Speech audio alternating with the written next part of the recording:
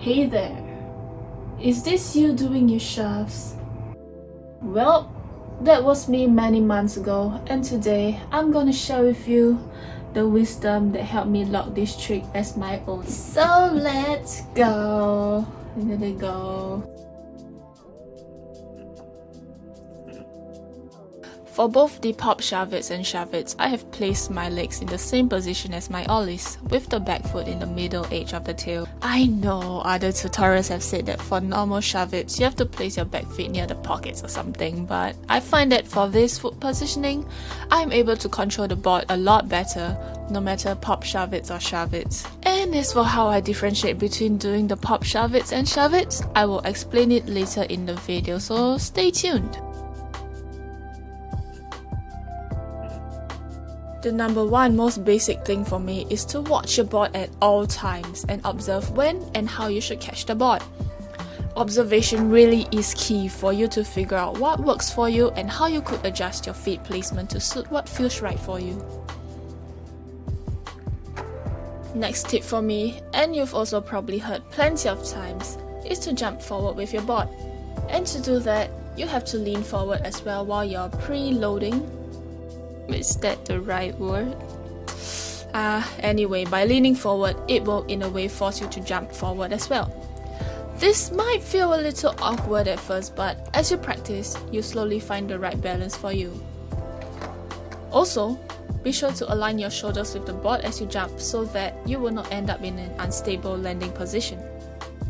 For your front foot, the main thing is to just focus on jumping, following the board and catching.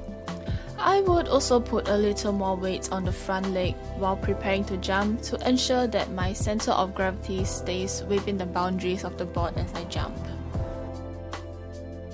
Okay, finally, this is how I differentiate between doing a shuvit and a popshuvit. For a shuvit, your back foot has to go backwards with a scoop to the front. And for a popshuvit, you have to put a little strength into your foot to pop it down like an ollie first, and then it just goes backwards. Bear in mind, for a popshuvit, you do not really have to scoop your foot to the front as much. If you're finding difficulty in lifting up your back leg and committing, personally, what did it for me is to really just focus on lifting up your knee instead of what your foot should do after the scoop or pop. I don't know if any of that made sense for you, but that was the main thing that really stuck with me and allowed me to, commit my back leg a little. The rest is really up to your mind and how much effort you're willing to put into grinding on the trick. Okay, one more thing regarding your legs. That sounded really weird. Other than my utter lack of confidence, I actually found that my legs didn't have the right muscles at all. Like, my legs were just weak as so the simplest way is to just keep practicing until you build them up as well. My legs are really strong right now, so yes. Alright, moving on to the practice steps that can help you build your confidence. First, with your front leg on the ground, you want to just practice popping or scooping the board. Once you can consistently spin it right, move on and try to jump onto the board from the ground. I feel that this is a real good confidence booster. Plus, it also lets you practice jumping off and forward with your front leg while keeping your back leg in the air. From this, you can also learn how to spot a good landing for your shuvits or popshuvs. Once you got all that down, all you have to do is land it. Of course, that is easier said than done. There's absolutely no shortcut for this after all. All you gotta do is just keep grinding until you build your own confidence. You can't lift it up? Go back to the practice steps again and start from the bottom. Keep working your way up and go back when you don't feel the progress.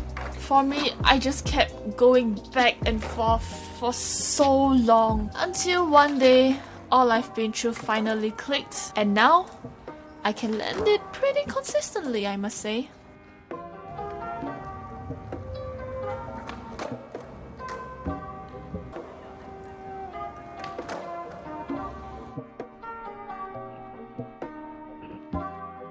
Alright, so that's all the tip that has helped me through this long, really long journey. And I hope they will help you as well, even if it's just a little bit. To the viewers out there who have waited for this video for so long, really thank you for your patience. I have finally made it. After almost a year? Yikes. This was a trick that I've been struggling with for a very long time. You know, every time I thought I finally got it, I go and lose it again the next session. Yeah, it was pretty frustrating to say the least. But I'm glad I managed to pull through and I can finally say I know how to do this trick.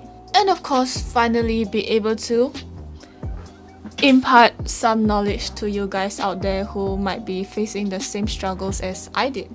Well, that's all from me. Good luck on your journey. I hope you manage to learn this trick consistently, and from there, let's continue progressing together. Ding. Oh yeah, one more thing before I end this video. To whoever that said shuvits were easier than the ollies, you can shove it up your ass! I'm sorry. Don't kill me. Please like and subscribe. Okay, bye.